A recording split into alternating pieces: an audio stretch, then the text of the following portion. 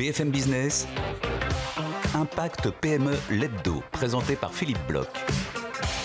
Bonjour à toutes, bonjour à tous, bienvenue dans ce 8e et dernier numéro de la saison 2 d'Impact PME. Vous le savez, cet événement organisé conjointement par BFM Business et la CPME pour pendant toutes ces semaines en fait, comprendre comment les TPE et les PME vivent cette période extraordinairement difficile, mais surtout comment elles rebondissent, chaque fois avec beaucoup de courage et de capacité d'innovation. On va continuer aujourd'hui pour ce dernier épisode avec 3 invités. Je vais aller d'abord un peu loin comme ça via Skype. On va partir à l'Orgue dans le sud de la France avec quelqu'un qui a créé une magnifique entreprise destinée à la viticulture puisqu'elle dirige la société Ixaris. C'est de Véronique Morel qui est avec nous par Skype. Je vous aperçois sur les écrans. Bonjour Véronique, est-ce que notre connexion est bonne ? Oui, bonjour, je vous entends, ça va. Bon, il y a du soleil. Vous m'avez dit qu'il y a plein de soleil. Vous avez dû fermer la fenêtre tellement il y avait du soleil dans votre bureau. Vous avez bien de la chance. Il pleut aujourd'hui à Paris. Il pleut aujourd'hui à Paris. Alors, on a avec nous Marie-Laure Saillard. Bonjour Marie-Laure. Bonjour. Marie-Laure qui a gardé son masque parce que c'est important d'envoyer un message. Sur la prévention. Tout à fait raison, Absolument. puisque vous êtes directrice générale de Médocteur, qui est une société qui aujourd'hui appartient au groupe Vive, mais qui a été créée en 2015. On y viendra dans un instant. Et vous êtes également vice-présidente du LET. Je ne connaissais pas cette association qui regroupe les entreprises de télémédecine, parce que très clairement, puisqu'il y en a une, c'est bien que c'est une tendance majeure et porteur de la médecine d'aujourd'hui et de demain.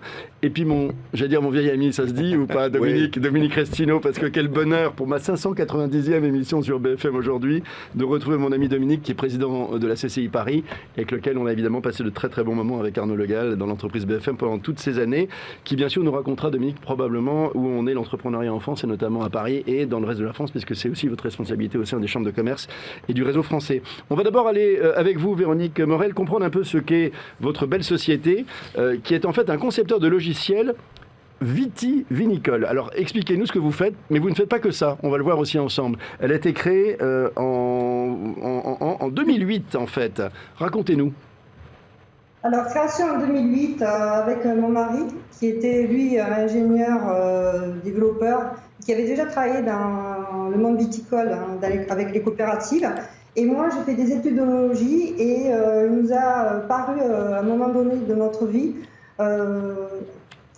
propice à monter notre entreprise, parce qu'on voulait travailler avec les caves et les domaines viticoles et leur montrer notre façon d'évoluer et de suivre leur vinification et leur entreprise.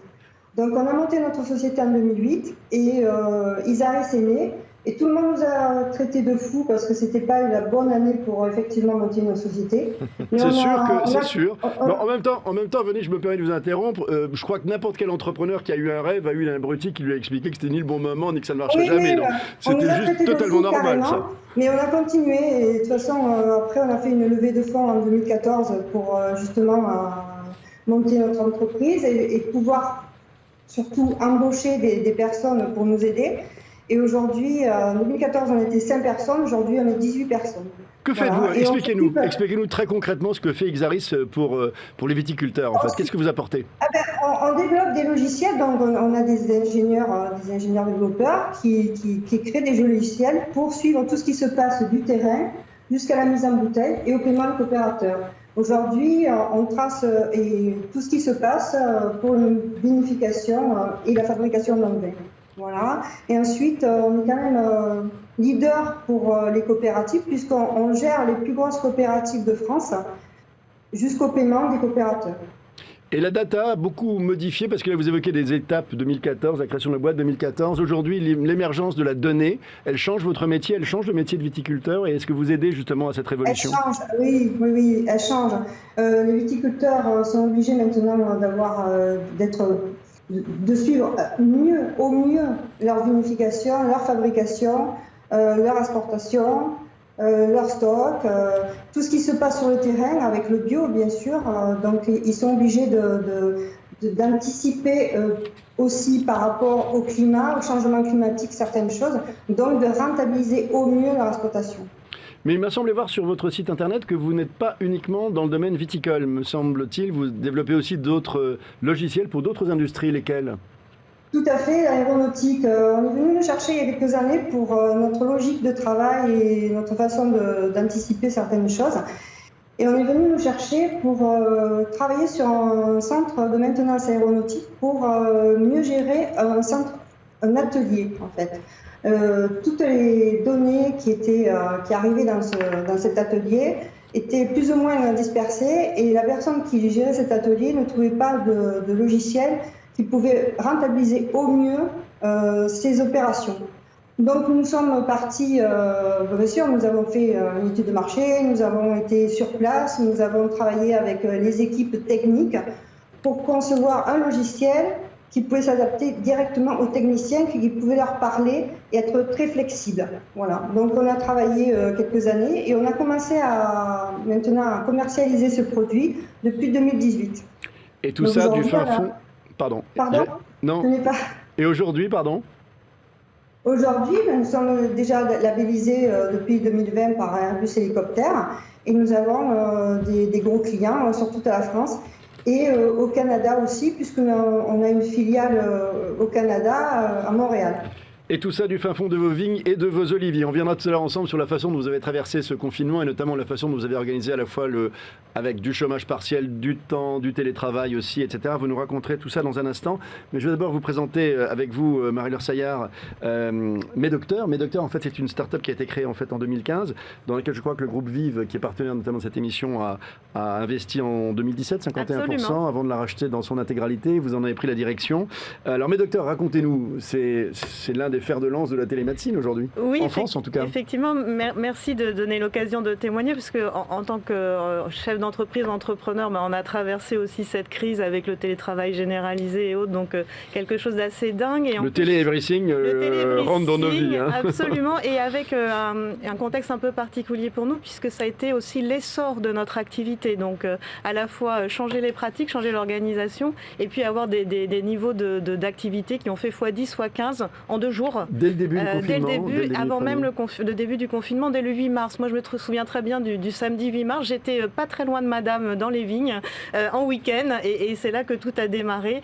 C'est-à-dire, vous avez vu tout d'un coup les compteurs qui explosaient, c'est ça ? Absolument. En 2 jours, on a fait x10. On a 2 types d'activités chez Medocteur. On a des outils qui permettent aux médecins de faire de la téléconsultation avec leur propre patientèle. Donc ça, c'est tout l'essor de la téléconsultation dont on a parlé très fortement depuis le mois de mars, avril. Et puis nous, on a une autre activité également chez Medocteur qui permet de faire du 24/7, c'est-à-dire que là, vous avez accès à un médecin en 24/7 sans avoir pris de rendez-vous, et là ce sont des activités qui sont financées soit par des complémentaires santé, soit par des entreprises, et donc nous, avant même d'attendre les pics du 23 mars en téléconsultation, on a eu pour la première fois une semaine de téléconsultation, 1 million de téléconsultations en une semaine financées par la Sécu. Nous, ça faisait déjà 15 jours qu'on était à plein régime et où on a eu des taux qui ont été x10, x15. Je peux vous dire que pour une petite start-up qui démarre la crise à 16, on est aujourd'hui 40. On a onboardé tout ça en télétravail. On a accompagné au mieux les professionnels de santé et les salariés des entreprises. Donc ça a été une espèce de raz-de-marée, et c'est vrai que pour nous, c'est très particulier cette période-là, puisque ça coïncide aussi avec une forme d'essor de notre activité. Donc on ne va pas s'en plaindre, évidemment, mais en revanche, ça crée d'autres difficultés à gérer. J'ai eu un étonnement quand j'ai vu 24/7, 24 heures sur 24, c'est-à-dire qu'à 2 heures du matin, il y a un médecin Absolument. Qui est réveillé et que je peux appeler à travers ça. Alors, et qui sont-ils, ces fous furieux qui bossent avec lui? Alors, les médecins, globalement, sont les hôpitaux, gens... On n'est pas forcément malade de telle heure à telle heure. Oui, non, mais d'accord, mais avant, pardonnez-moi Dominique, on ne pouvait pas dire, tiens, j'ai un petit problème, j'appelle, il est 2 heures du matin, je vais me renseigner auprès de mon médecin. Alors, ça, c'est une vraie nouveauté quand même. Oui, c'est une vraie nouveauté. Alors, chez Medocteur, ça existe depuis 2018, et depuis 2018, les complémentaires santé financent ces services-là qui sont complémentaires aux services de téléconsultation pris en charge par la Sécurité sociale. Sans qu'il y ait forcément de l'urgence ? Alors, sans qu'il y ait forcément d'urgence. D'ailleurs, nous ne sommes pas un service d'urgence. Nous sommes un service qui permet d'apporter une réponse en 24/7 et en moins de 15 minutes. Les cas d'usage, ils sont très simples. Vous êtes maman, on est dimanche soir, 22h, vous avez votre gamin qui a de la fièvre. Vous êtes entrepreneur, vous êtes en déplacement professionnel, vous n'avez pas votre médecin à portée de main, vous avez accès. Vous n'avez pas eu le temps, et je vais reprendre le cas de l'entrepreneur, puisqu'on est ici pour parler beaucoup des entrepreneurs. Vous êtes en déplacement professionnel, ou alors vous n'avez pas vu que votre ordonnance arrivait, il fallait renouveler votre ordonnance, vous avez accès à un médecin en moins de 5 minutes et qui vous permet de renouveler votre ordonnance. Donc ça simplifie la vie. C'est bien sûr en complément d'une visite en présentiel au médecin, mais ça dépanne énormément. Il y a un autre exemple aussi qui est évident, c'est que vous avez aussi accès à un spécialiste. Si vous, aujourd'hui, vous cherchez à avoir un dermato pour vous rassurer parce que vous avez un grain de beauté qui évolue d'une manière un peu particulière, en général, c'est 3 à 4 mois en fonction du territoire pour avoir un dermato. Là, vous l'avez en moins de 5 minutes. Mais alors, qu'est-ce qui a changé? Est-ce que c'est l'équipement, notamment, parce j'imagine qu'il faut qu'ils soient outillés, tous ces médecins, qu'ils aient les bons devices, les bons logiciels. Tout ça s'est passé en amont de la crise du Covid. C'était déjà le cas ou est-ce qu'il y a eu une accélération justement? Qu'est-ce qui fait que maintenant il y a cette explosion? Est-ce que c'est leur capacité d'usage à utiliser ces techniques? Est-ce que c'est vos services qui ont ouvert d'autres perspectives? Est-ce que ce sont les appareils eux-mêmes? Alors, les devices, ils existaient en fait. Et par ailleurs, tous les opérateurs de télémédecine quasiment sont en mode SaaS, donc il n'y a pas d'installation sur le poste de travail, c'est très facile d'accès. Mais ce qui nous manquait, ce qu'on nous opposait un petit peu, c'est qu'il n'y a pas d'usage. Alors, il n'y avait pas d'usage jusqu'au 8 mars. Assez peu d'usage, alors on ne va pas dire qu'il n'y en avait pas du tout. En 2019, il y a eu 75 000 téléconsultations financées par la Sécurité sociale. 75 000 en un an. Ouais. Je vous disais, la semaine du 23 mars, 1 million. Et à ce million, il faut rajouter 30% de volume des opérateurs qui font du 24/7 financés par les entreprises ou les complémentaires santé. Donc tout d'un coup, on a eu de l'usage. Alors, forcément, les usages, ils sont toujours boostés par des crises. C'est très clair, surtout en France, où on a besoin un peu d'avoir les mains dedans pour commencer à s'y mettre. Vous êtes au précipice pour faire du click and collect et de la vente à emporter. La difficulté aujourd'hui, si vous me permettez un dernier petit mot, c'est qu'il ne faudrait surtout pas qu'on associe la télésanté, la télémédecine à de la médecine de guerre.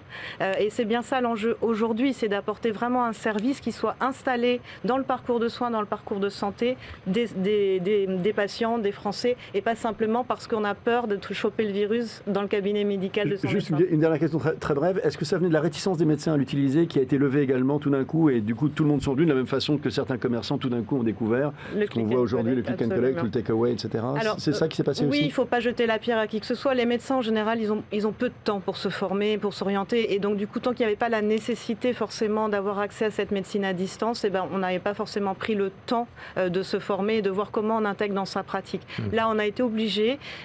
Du coup, c'est bien un enjeu aujourd'hui, c'est de dépasser cet esprit d'urgence et vraiment de l'installer dans de bonnes conditions. Parce que quand on voit aussi, un peu dans le cafouillage, pardonnez-moi, du mois de mars où on a prescrit de faire de la téléconsultation par WhatsApp, ça, c'est vraiment pas un bon usage. Parce que vous parliez de la data tout à l'heure avec madame. La data par WhatsApp, elle n'est pas du tout protégée. Nous, on fait de la donnée de santé. Oui. Et donc, c'est important que les médecins s'équipent progressivement d'outils qui permettent vraiment de sécuriser les données de santé. Ça, c'est très important pour la confiance des patients derrière. Voilà. Et c'est un sujet sur lequel vous insistez beaucoup sur votre site web, notamment, de dire que vos données sont protégées. Absolument. Dominique, typiquement une belle expérience d'entrepreneur aujourd'hui qui se développe, qui a réinventé un marché. Comment va l'esprit d'entreprise en France de votre tour d'observation, qui est à la fois la Chambre de commerce de Paris que vous présidez, et la France, puisque vous raisonnez aussi au niveau national sur ce sujet de l'entrepreneuriat? Oui, je suis en charge de l'entrepreneuriat pour CCI France. Tout d'abord, j'avais une question avant de répondre à la vôtre pour Marie-Laure. C'est est-ce qu'il y a des organisations, je n'irai pas jusqu'au conseil scientifique, mais qui prennent contact avec vous, parce que passer de 75 000 à 1 million sur votre site, il y a quand même de la formation, il y a de la data. Il y a de la data, certes, mais aussi il y a un ressenti et tout ça, ça me semble important. Alors, c'est une très bonne question, Dominique, parce que dès les premiers jours, en fait, l'Institut Pasteur nous a contactés, parce que cette maladie, on ne la connaît pas, et nous, on avait beaucoup de data, on a beaucoup d'usages, et donc on a construit petit à petit, au travers du projet Covid Télé avec l'AP-HP et l'Institut Pasteur, on est toujours en train de leur remonter de la data, pour comprendre les symptômes, pour comprendre aujourd'hui les Covid longs, parce que vous savez que dans certains cas, il y a des séquelles qui restent, qui perdurent et qu'on ne comprend pas. Et donc, on est en collaboration depuis le début du mois de mars, donc j'avais le bonheur d'être avec Arnaud Fontanet quasiment tous les matins pour voir comment on pouvait remonter de la data et comment on pouvait apporter à la recherche justement des informations. Je vais laisser, en fait, Dominique Derricino, dans une seconde vie, rêverait d'être animateur sur BFM Business. C'est lui qui pose les questions. Alors, Dominique, réponse à ma question maintenant. Comment va l'esprit d'entreprise en France? Alors, l'esprit d'entreprise, et notamment avec Impact PME, parce que, et je tiens à saluer l'initiative de la CPME avec BFM Business, et je salue d'un côté François Asselin, le président de l'Union nationale, et également le président de CCI France, Pierre Gauguet, qui est venu dans cette émission deux fois. Qui est venu également dans cette émission. Pourquoi ? Parce que on a vu les organisations professionnelles, on a vu les consulaires, chambres de commerce, chambres de métiers, CPME, MEDEF, l'ensemble également, être, je dirais oui, au secours des chefs d'entreprise, mais c'est directement au chevet. Il y avait d'un côté le monde de la santé qui a fait un travail absolument remarquable. Qu'on a applaudi tous les soirs et qu'on devrait continuer à applaudir d'ailleurs. On devrait continuer à applaudir absolument. Même si on le fait dans nos cœurs. Mais il y a aussi, je dirais, la santé de l'entreprise. Et la santé de l'entreprise, c'est le travail que nous faisons. Alors, dans les chambres de commerce, c'est assez simple. Nous sommes tous mobilisés partout en France, que ce soit dans les grandes métropoles, que ce soit dans les petites villes, avec un accompagnement. Bien sûr, on l'a vu puisque le gouvernement nous a missionnés en première ligne de l'activité économique avec les chambres de métiers d'ailleurs. On n'était pas les seuls, ça ne sert à rien d'être tout seul. Mais pour pouvoir accompagner, apporter l'information. Vous me parliez de Paris, effectivement, à Paris-Île-de-France, nous avons une organisation avec un centre de contact. Ce sont des milliers et des milliers d'appels qui ont été passés, reçus, et nous en avons émis également pour accompagner l'ensemble des TPE, des PME. Parfois, on a même des salariés qui nous ont appelés également parce qu'ils cherchaient des informations pour eux-mêmes, et les commerces, évidemment. Donc, vous avez dû vous réorganiser, vous aussi, comme les entrepreneurs sont en train de le faire, tant sur le télétravail que sur les réponses à apporter à vos clients que sont c'est ça, les entrepreneurs. Déjà, alors, je vais parler... parce qu'il y a d'autres écoles en France, dans les chambres de commerce, bien sûr, mais en Ile-de-France, on a quelques écoles, 19. Il a fallu en quelques jours basculer... En télétravail, enfin en téléenseignement. En téléenseignement, mais en quelques jours. Enfin, c'est assez remarquable, ce travail par rapport aux équipes, de se transformer littéralement. Je vous parlais du centre de contact, qui généralement a 20-30 personnes. On est monté avec les équipes également qui sont sur le terrain dans nos chambres de commerce, au contact des entreprises toute l'année, qui ont été en première ligne directement, qui sont venus renforcer ce service à l'intérieur de nos chambres. Mais il y a eu également un travail assez exceptionnel de coordination, de coopération, parce que les bonnes initiatives dans une chambre, par exemple à Bordeaux, et une bonne initiative ailleurs, étaient transposées. On prenait les bonnes pratiques. C'est ça qui est important. On parle beaucoup de mutualisation et notre réseau se mutualise énormément. Donc oui, l'entrepreneuriat, malgré tout, est résilient.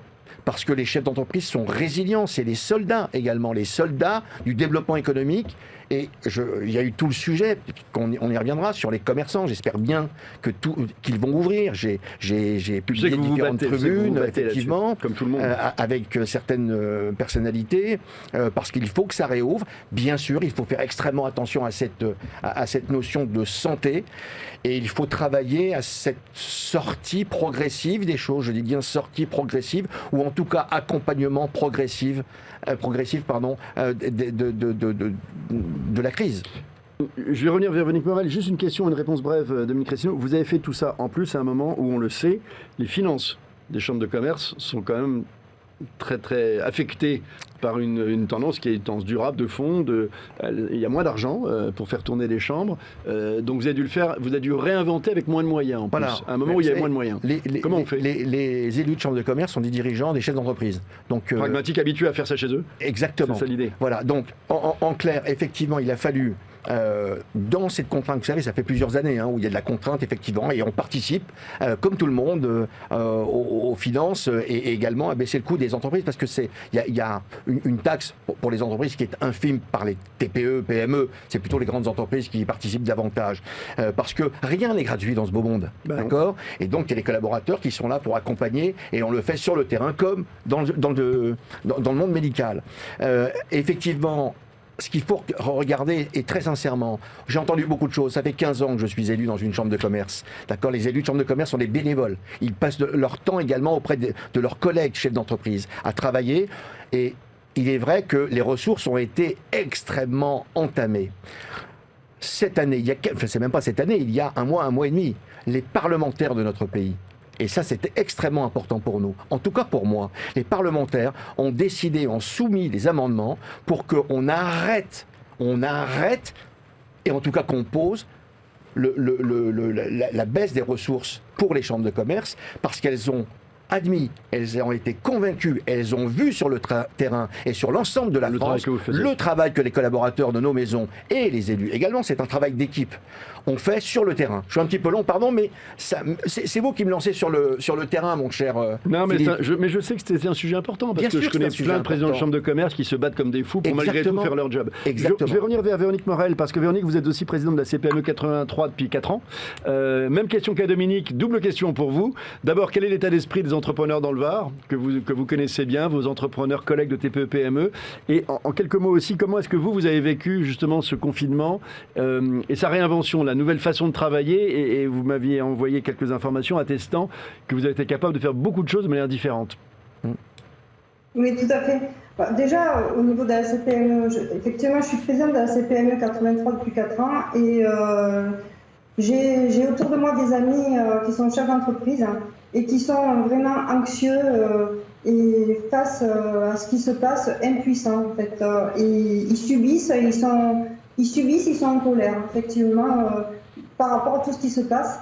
Et j'espère qu'une chose, c'est que les choses vont vite se déclencher et on va enfin réouvrir les commerces et tous les autres commerces, restaurants et autres, parce que l'état d'esprit est pesant, voilà. Et les gens sont en colère et c'est pas bon pour le business quand on est dans cet état d'esprit. Mais vous-même, par exemple, comment avez-vous vécu cette période qui continue, qui est toujours extrêmement difficile? Quel type de réorganisation avez-vous dû opérer en fait? Nous, on travaille déjà en télétravail depuis des années. Donc, on a déjà des ingénieurs qui travaillent en télétravail. On met en place, on a signé pendant le confinement des dossiers sans se déplacer chez les clients, en mettant nos logiciels à distance, en faisant les formations à distance. Donc, pour nous, c'est quelque chose qu'on gère déjà beaucoup. Par contre, le contact humain aujourd'hui manque beaucoup, et même au niveau des équipes. On ressent que le premier confinement, quand on a dit aux équipes, bon, on est confinés, vous restez chez vous, ça encore, ça a été, et on avait toujours un contact tous les jours avec eux. Quand le deuxième confinement est arrivé, là, par contre, ça a été, non, mais on ne veut pas. On veut venir travailler, on veut revenir, on veut vous voir. Donc, on a mis des choses en place, on a mis effectivement télétravail, des jours, chacun son jour, chacun son tour, et puis voilà. Mais c'est compliqué parce que nos clients, c'est des viticulteurs, et nos clients ont besoin de nous voir aussi.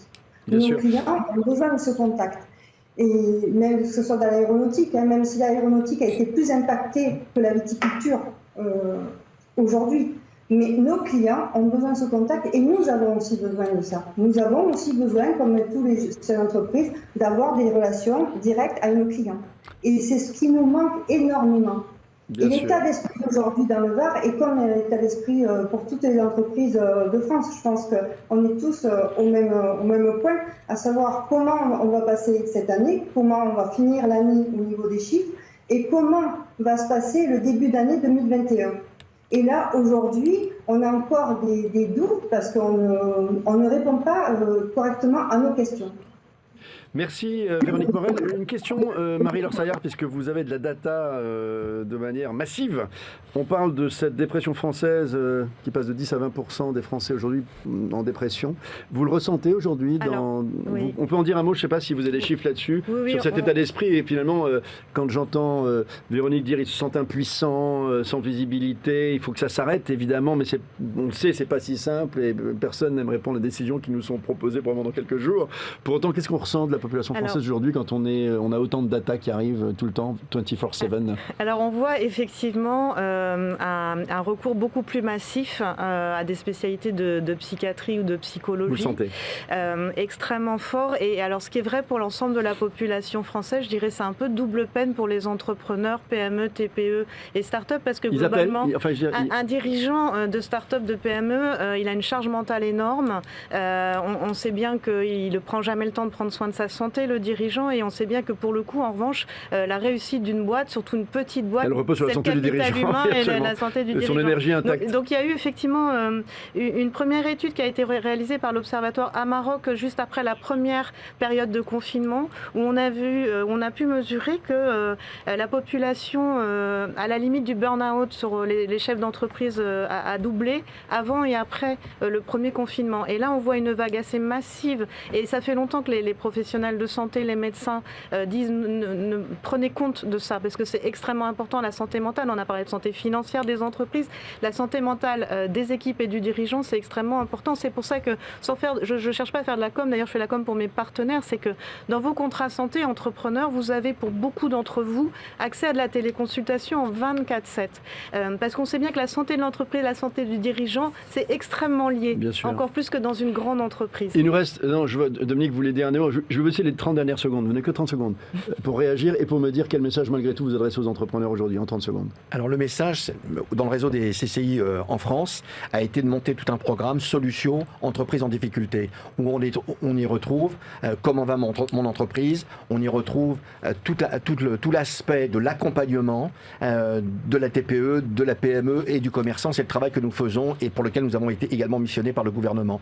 Il y a également une structure associative qui s'appelle APESA, avec qui nous avons monté un partenariat avec le gouvernement sur le soutien psychologique aux chefs d'entreprise qui sont véritablement en difficulté. Et là, je suis en train de créer avec l'écosystème parisien, le club à Paris, justement. Merci infiniment, Dominique Restineau. Je rappelle que vous êtes le président de la CCI Paris en charge des entrepreneurs au niveau des chambres de commerce françaises. Merci beaucoup, Véronique Morel, qui étiez dans votre joli sud, directrice générale d'Ixaris. Bonne chance pour la suite. Merci Marie-Laure Saillard de ce partage d'expérience sur la télémédecine, puisque vous êtes directrice générale de Médocteur et vice-président du LET. C'est la fin de cette saison d'Impact PME. J'espère sincèrement vous retrouver pour une nouvelle saison en 2021 dans un environnement infiniment plus convivial, souriant, sans masque et en pleine forme. On aura surmonté cette, je n'ai pas le droit de le dire, mais cette vacherie. Et je suis certain qu'on va continuer en tant qu'entrepreneur à réussir malgré l'adversité. Merci à tous. Tenez bon, on va y arriver et à l'année prochaine. Ciao.